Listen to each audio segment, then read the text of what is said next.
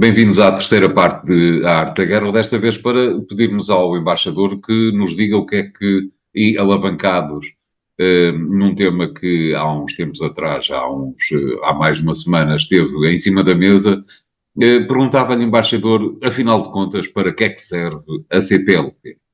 A CPLP, António, é uma estrutura criada na sequência daquilo que foi a harmonização das relações entre Portugal e as suas antigas colónias.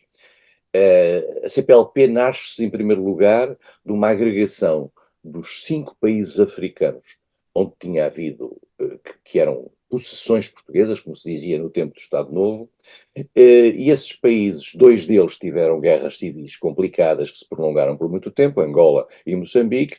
Os outros tiveram independências com maior ou menor, digamos, problemas, foram avançando, no caso de Cabo Verde, no caso de Santo Tomé, no caso da Guiné, aí sim com alguma turbulência interna cíclica que teve a ver, e que teve a ver também, e esse é um aspecto muito importante, teve a ver com os aspectos militares, isto é, teve a ver com o pessoal militar que ficou da guerra. A guerra na Guiné, lembramos que em 73 a guerra na Guiné era aquela onde Portugal tinha mais dificuldades, mais do que em Moçambique, onde também a situação era complicada, e bastante mais do que em Angola, onde a Guiné situação... chegou a dizer-se independente, é preciso A recordar. Guiné tomou a decisão de independência em 73.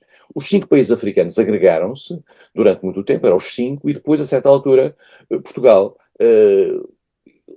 lembro-me que quem tem um pouco essa iniciativa é o general Yanes, consegue um diálogo, os 5 mais 1, chamava assim então os 5 mais 1.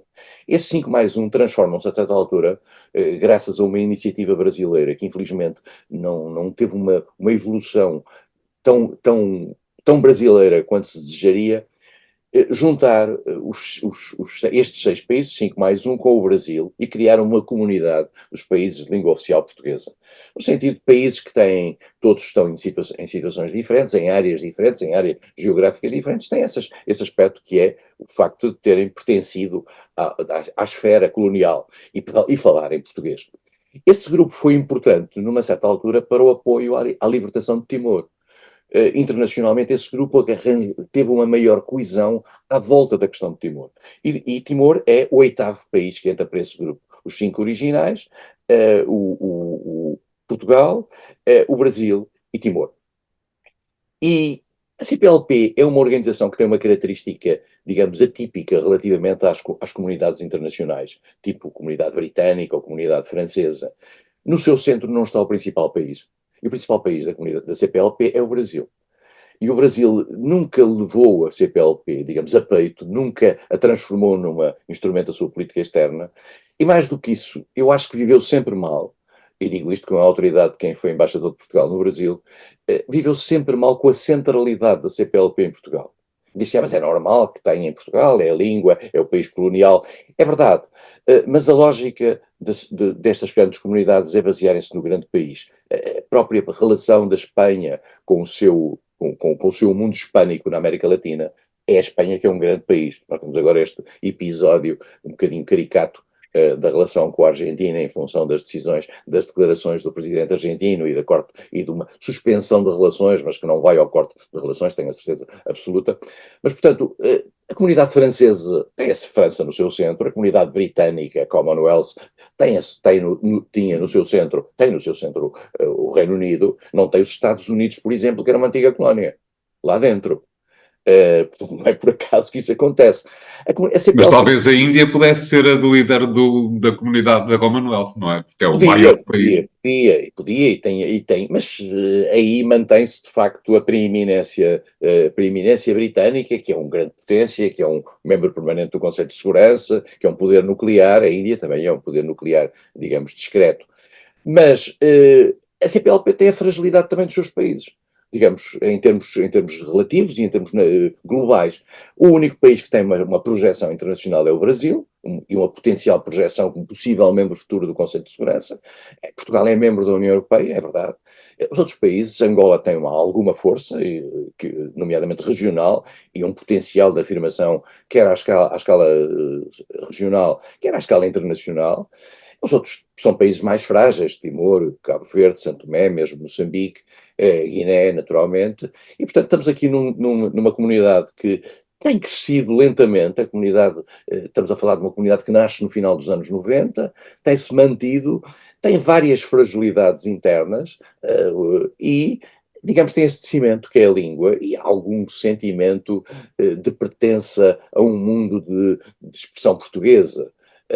E vive sempre nesta. Já não é a 100%, também vale a pena recordar isso. Não é? Esqueci-me de notar, peço desculpa, que entretanto, por pressão brasileira e angolana, foi decidido levar para a CPLP a Guiné Equatorial, um país de língua espanhola, em África, uma ditadura altamente repressiva, que foi trazida para a CPLP um pouco contra a vontade de Portugal, não se percebe se de alguns outros países africanos, mas de qualquer maneira a Guiné Equatorial entrou, tem a ver com o petróleo, tem a ver com lógicas mais complicadas, digamos, do Sul, e é preciso percebermos uma coisa, todos os países da CPLP, com exceção de Portugal, são países do Sul.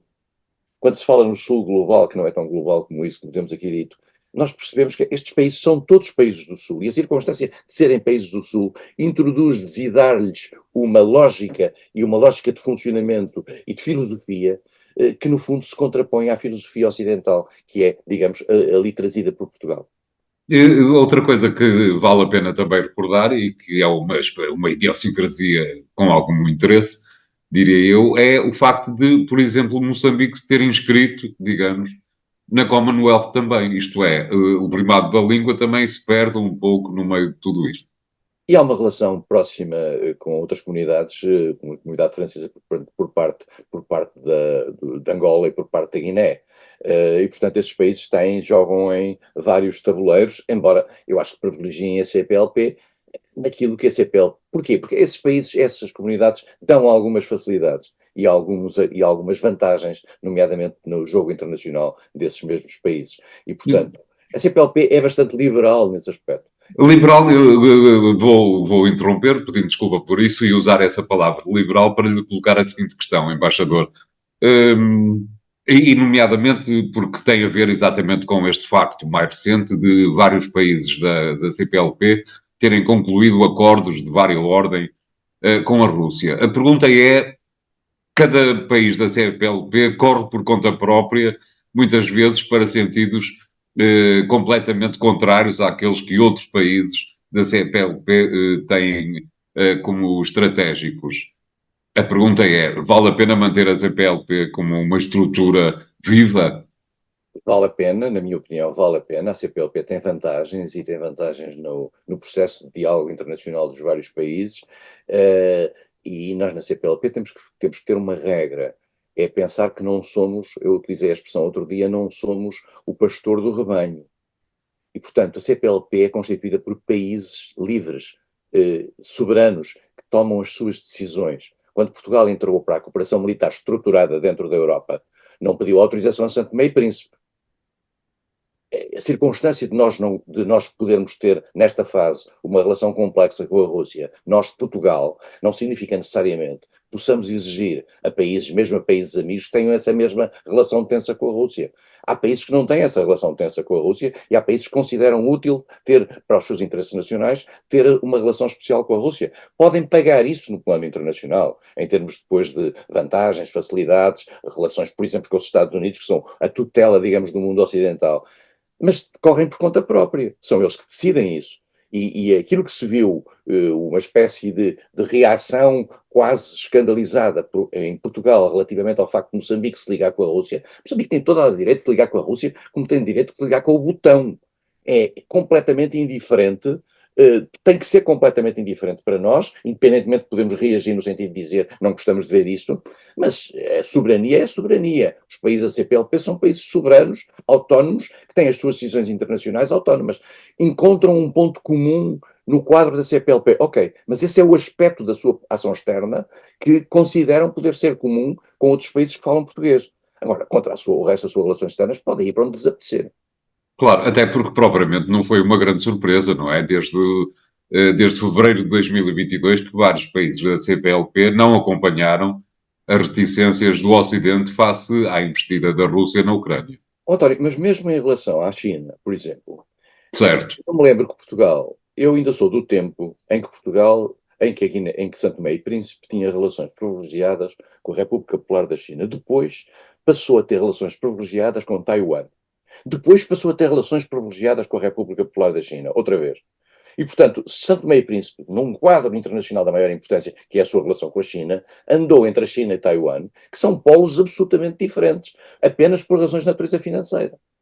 Foi apenas por razões de natureza financeira. E nós não sabemos, e provavelmente este tipo de ligação com a China não deve ser tanto ideológico como isso. Deve ser mais exato. facilidades, ou com a Rússia, peço desculpa, não deve ser mais facilidades e apoios financeiros que a Rússia possa dar a Santo Tomé e que possam ser úteis para a gestão interna de um país soberano como é Santo Tomé. Claro. Muito bem, embaixador, muito obrigado por ter falado connosco em mais 3 temas, sendo que, desgraçadamente, 2 deles se vão repetindo já há muitos meses a esta parte. Continuem a acompanhar o programa Arte da Guerra nos sites do Jornal Económico e nos podcasts que lá encontrará. Obrigado e até para a semana.